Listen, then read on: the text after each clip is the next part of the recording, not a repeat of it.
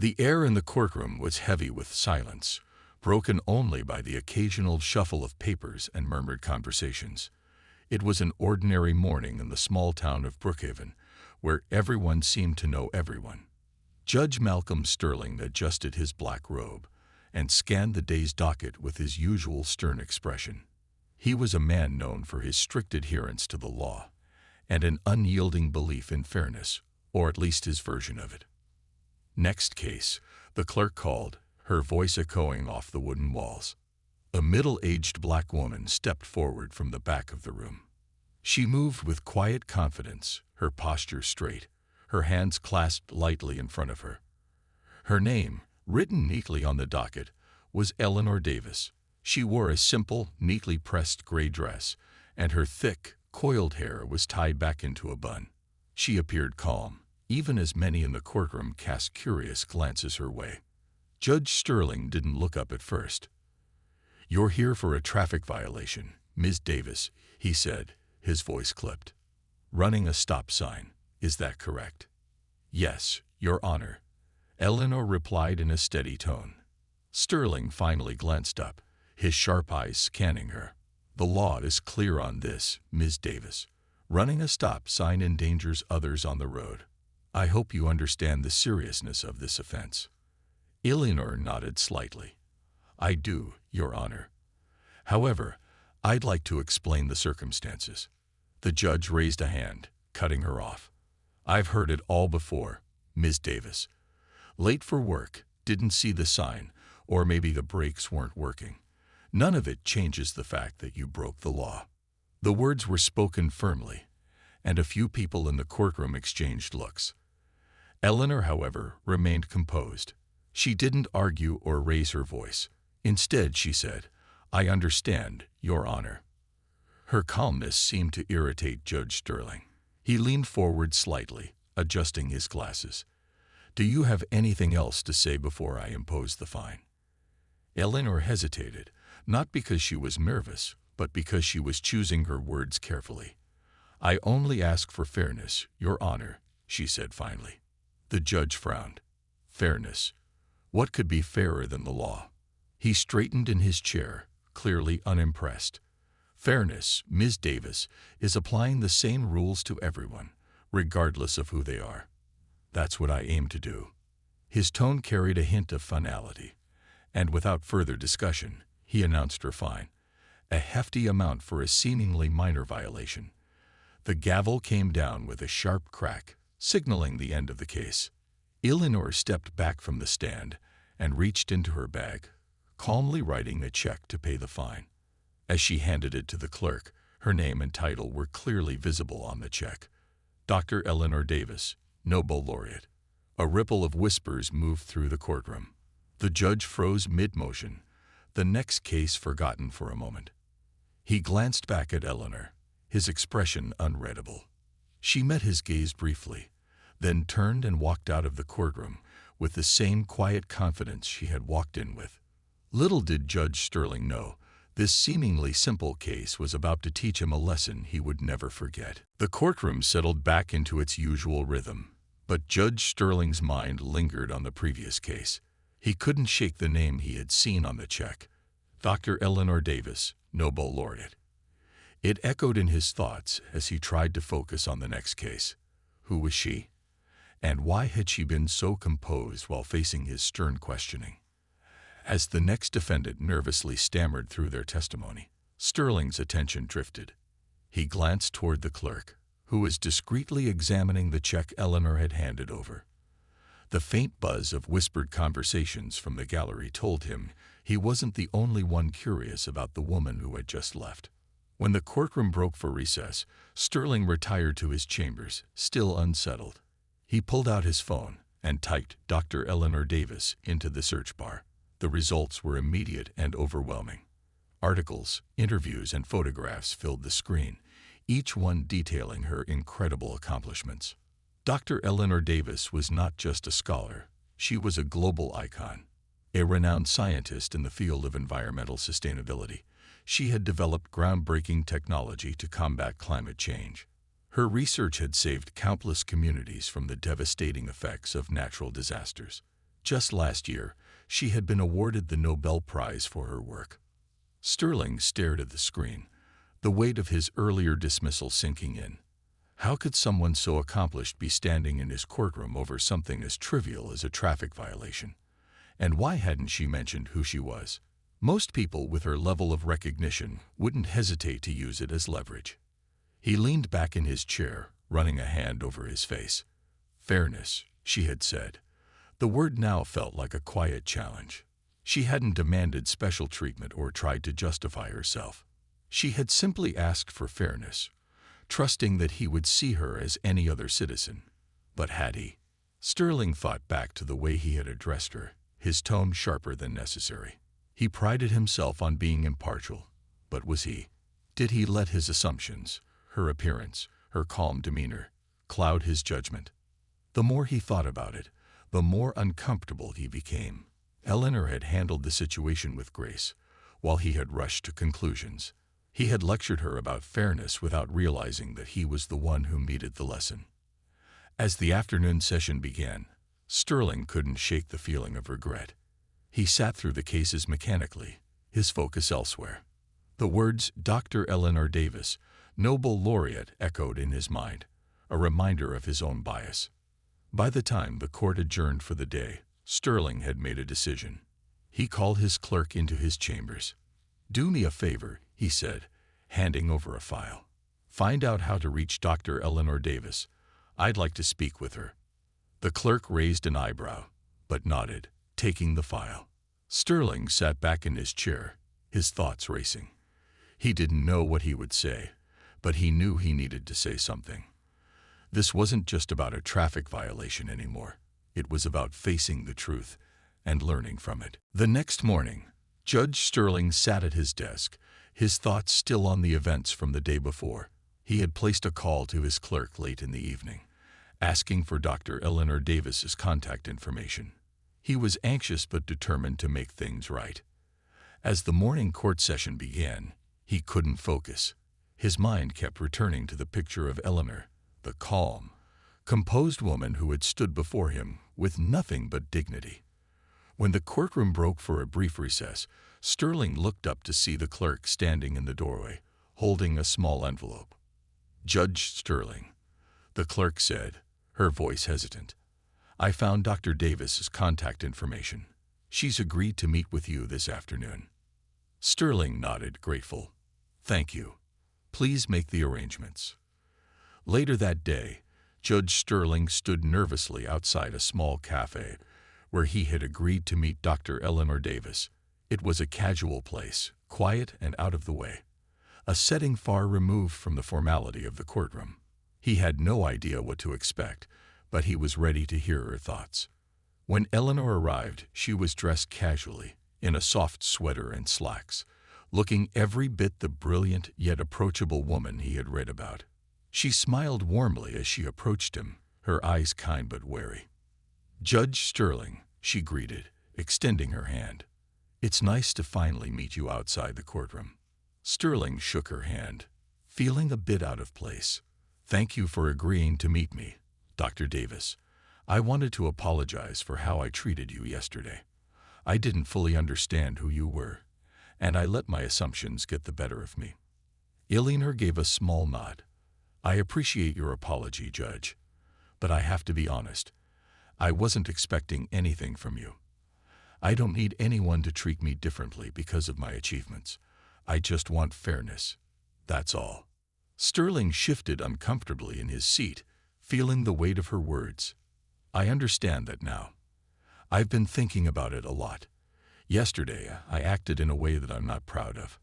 I let your appearance and demeanor influence my decision, without taking the time to see you for who you truly are. And that's not right." Eleanor's expression softened. It's not always easy for people to see beyond their own biases, but that doesn't mean they can't change, or that they can't learn. Sterling nodded. "You're right. I've spent so much time focusing on the law, on rules, that I've forgotten the importance of seeing people as individuals. Yesterday, I judged you without truly knowing you, and that's not what justice is about." Eleanor looked at him thoughtfully.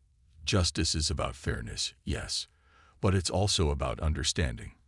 It's about recognizing that everyone has their own story, their own struggles. No one should be judged based on assumptions. The conversation paused for a moment as both of them reflected on the words exchange. Sterling could feel the truth in what Eleanor said.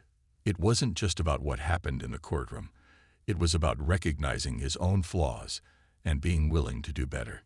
"I want to be better," Sterling said, his voice firm. "I don't want to be a judge who simply follows the letter of the law without considering the people behind it." Eleanor smiled, a genuine warmth in her eyes. "That's all anyone can ask for, Judge." As they sat and talked over coffee, a sense of understanding began to grow between them. Sterling had come to realize that true fairness wasn't just about making decisions. It was about listening, learning, and growing. And with Eleanor's guidance, he hoped he could do just that. Judge Sterling left the cafe feeling lighter than he had in days. The conversation with Dr. Eleanor Davis had been enlightening. He had expected an awkward exchange, perhaps even resentment, but instead, he found understanding and a reminder of what true justice really meant. He was determined to put what he had learned into practice. The next morning, as the courtroom session began, Sterling took his place on the bench with a different mindset. The first few cases were typical: minor traffic violations, small disputes, and petty crimes. But his thoughts kept returning to his conversation with Eleanor. He couldn't help but wonder how many others had felt unfairly judged because of their appearance or background. How many times had he, or other people in power, made decisions based on assumptions? When the next defendant walked into the courtroom, Sterling paused for a moment. The woman was young, with long, tangled hair and a look of anxiety on her face. Her name was Michelle Green, and she was facing charges for a petty theft at a local store.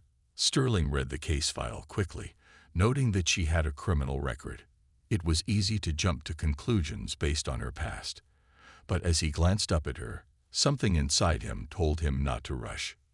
"Ms. Green," Sterling began, his voice steady but kind, "tell me what happened." Michelle looked down at her hands, clearly nervous. I didn't mean to steal, Your Honor. I've been going through a rough time lately. My mother's been sick, and I lost my job. I didn't know what to do." Sterling studied her for a moment, considering her words. The old him might have passed a harsh sentence right away, but he remembered Eleanor's words. "Everyone has their own struggles." "I see," he said quietly. "And what do you plan to do next?" Michelle blinked, clearly taken aback by his calmness. I don't know, Your Honor. I'm just trying to get through this. I want to turn things around." Sterling nodded slowly. "I believe you, and I think we can find a way for you to make this right." He sentenced Michelle to community service instead of jail time, a decision that surprised everyone in the courtroom, including his own clerk. As Michelle left, she gave him a grateful nod, her face a mixture of relief and disbelief. The next case came up, and Sterling continued to apply what he had learned. He treated every defendant with a newfound sense of fairness, listening to their stories and seeing them as individuals, not just criminals or offenders. Slowly, the atmosphere in the courtroom began to change. People were more open, more willing to speak up. The usual tension was replaced with a quiet understanding, as if the room itself was starting to breathe easier. As the day wore on, Sterling felt a shift within himself. The law was important, yes, but it was the people who mattered most. And if he was going to continue being a judge, he needed to remember that every person who came before him had a story, a reason, and a voice. Later that evening, Sterling sat alone in his chambers, reflecting on the day. He thought of Michelle Green, and he thought of Eleanor. Both had reminded him of the power of empathy, the power of truly seeing people. He felt more at peace than he had in years. Tomorrow, he knew, would be different. He had made a change, not just in the courtroom, but in himself. The following week, Judge Sterling couldn't stop thinking about Eleanor. He had tried his best to apply the lessons she had shared with him in his work, and for the most part, He had been pleased with how things were going in the courtroom, but a part of him knew that this change was only the beginning. He had hoped to see her again, to thank her properly and learn even more from her experiences. So when he received an email from her asking if they could meet again, he was both relieved and eager. They agreed to meet at the same cafe. This time, Sterling arrived early, wanting to make sure everything was in order. His thoughts raced as he waited. He wondered what new lessons Eleanor might share with him. Would she have advice on how to keep improving, or perhaps something he had missed in their first conversation? When Eleanor arrived, her smile was as warm as ever. She sat down across from him, her calm demeanor putting him at ease. As they exchanged pleasantries, it became clear that Eleanor wasn't there just to thank him for his apology. She had something else to say. "I've been thinking a lot about what you said last time," Eleanor began, stirring her coffee slowly. "How you want to be a better judge, to see people for who they are, not just what they've done. That's a great start, Judge Sterling."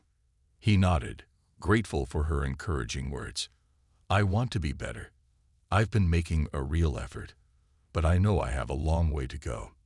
Eleanor smiled gently. "We all do. But that's the thing, Judge. It's not about being perfect. It's about trying to do better each day." Sterling listened intently. Eleanor's words were simple, but they struck a deep chord with him. "I think it's easy to forget that people aren't defined by their worst moments. But I'm learning that we all carry so much more than just our mistakes. We carry our stories, our struggles, and our strengths." Eleanor's voice softened. "And you, Judge, have the power to make sure those stories are heard. But it's not just about giving people a chance. It's about actively trying to understand them, seeing beyond the surface." Sterling sat back, reflecting on her words. For the first time, he truly understood what it meant to be a judge. Not just someone who enforced the law, but someone who could shape lives by choosing to listen with empathy. "I want to do more than just make decisions," Sterling said after a pause. "I want to help people.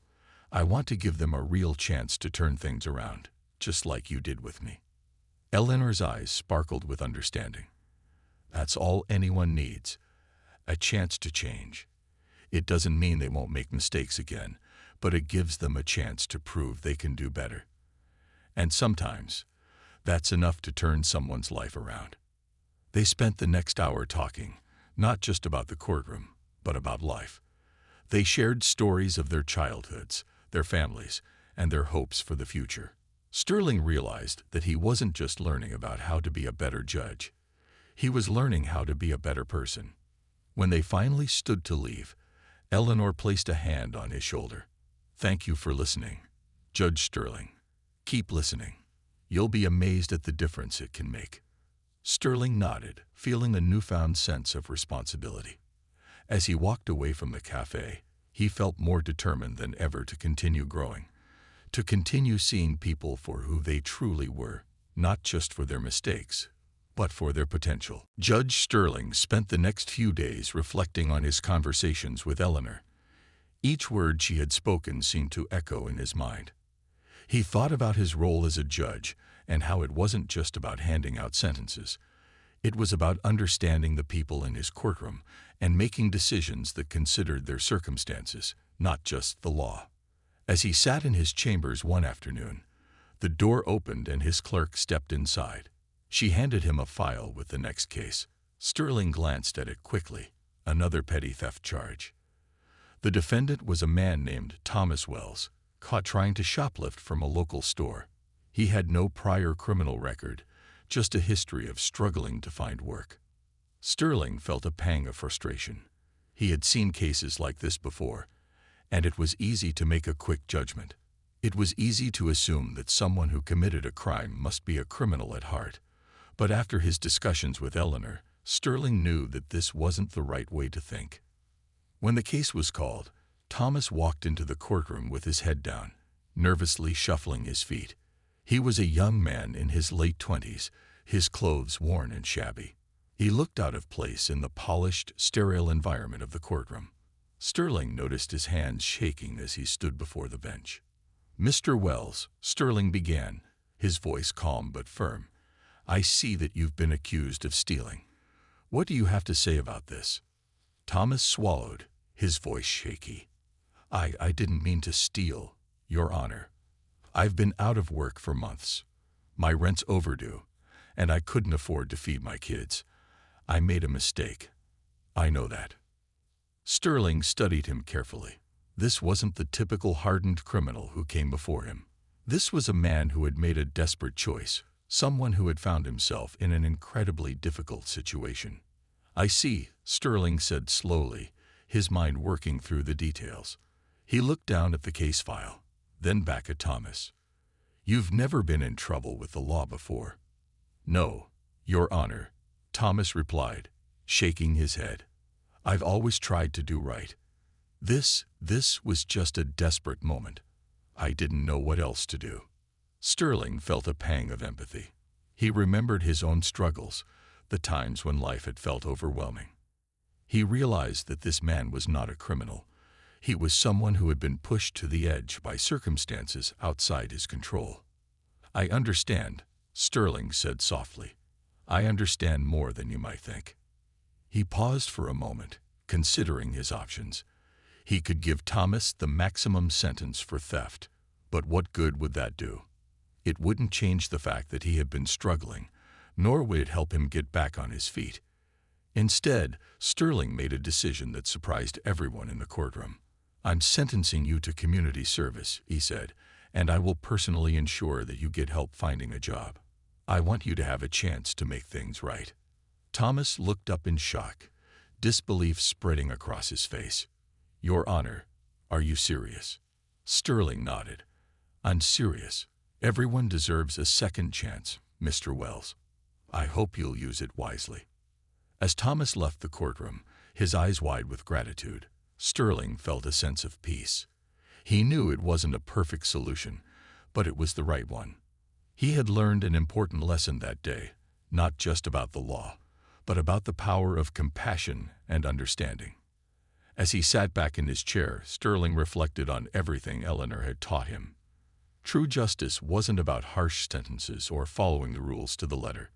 It was about seeing the humanity in others and doing what was right, not just what was easy. The days after his decision to give Thomas Wells community service passed by quickly, but for Judge Sterling, they were filled with reflection. The case had reminded him of something he had always known deep down. People were complicated. Their lives were not just about right and wrong, but about a web of choices, struggles, and circumstances that shaped who they were. Every time he thought back to Thomas's face, the shock and gratitude in his eyes, he couldn't help but feel a deep sense of humility. He had made a decision that was not easy, not typical, but it had been the right one. One evening, after another long day in court, Sterling sat at his desk, staring out of the window. The town was quiet, but his mind was racing. He had come to a realization. All this time, he had been judging people based on the surface, looking only at the act they had committed and not at the person behind it. He had believed that applying the law strictly was the only way to do his job well. But now, he knew that there was more to it than that. The next morning, the courtroom was bustling as usual. Sterling took his seat, but this time, he was different. He had decided that today would be the day he truly embraced everything Eleanor had taught him. Today, he would listen more carefully, ask more questions, and look beyond the obvious. The first case was a man named Samuel Harris, charged with vandalism for spray painting graffiti on the side of a building. As Samuel stood before him, Sterling couldn't help but notice the young man's nervous posture, the way his eyes darted around the room. There was something in his demeanor that didn't fit with the typical image of a delinquent. "Mr. Harris," Sterling began, his voice calm and steady, "tell me about the incident. What led you to vandalize that building?" Samuel looked up, his voice quiet but clear. "I was angry, Your Honor. I've been having a tough time. I don't have anyone to talk to. I thought, maybe if I could just express myself, I'd feel better." Sterling leaned forward slightly, his curiosity piqued. This was different. Most people who came before him didn't explain their actions with such honesty. Samuel wasn't trying to justify himself. He was simply stating the truth. "You were angry. But why?"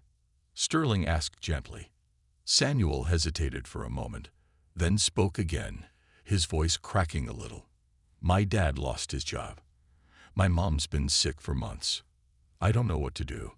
I felt invisible, like nothing I did mattered. So I sprayed that wall to make a mark, to say, 'I'm here.'"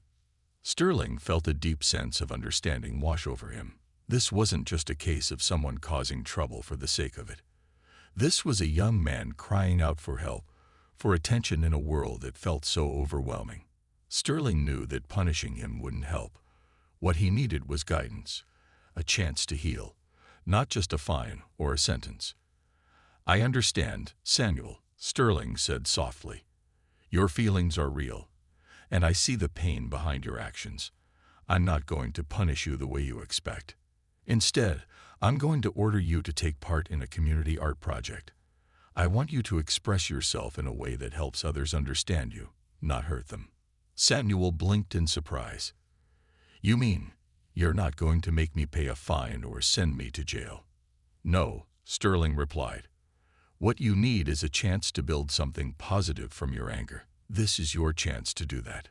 Samuel's face softened, and for the first time, a small smile appeared. "Thank you, Your Honor." As Samuel left the courtroom, Sterling sat back in his chair, feeling a quiet satisfaction. He had made another choice that felt right, and for the first time in a long time, he didn't feel the need to question it. He was starting to see people differently, not just as cases to be solved, but as human beings with stories to tell. He knew that this was just the beginning. He had a long way to go, but he was no longer just a judge handing down sentences. He was someone who understood that every person who came before him was more than just their mistakes. They were, in the end, someone worth listening to. Judge Sterling stood in the courtroom, the day's cases behind him, but his mind was far from the usual business of the law. He had spent the past few weeks reflecting deeply on the lessons he had learned. The lessons from his conversations with Eleanor, the lessons from his own heart. He wasn't just a judge anymore. He was a man who had been given the chance to grow, to evolve, and to become better. It had been a few days since the case with Samuel Harris, and Sterling couldn't stop thinking about how different it had felt to treat him with understanding, not judgment. He had learned that real change didn't come from simply following the law. It came from seeing the humanity in people, from recognizing the pain, the struggles, and the stories they carried. It came from listening.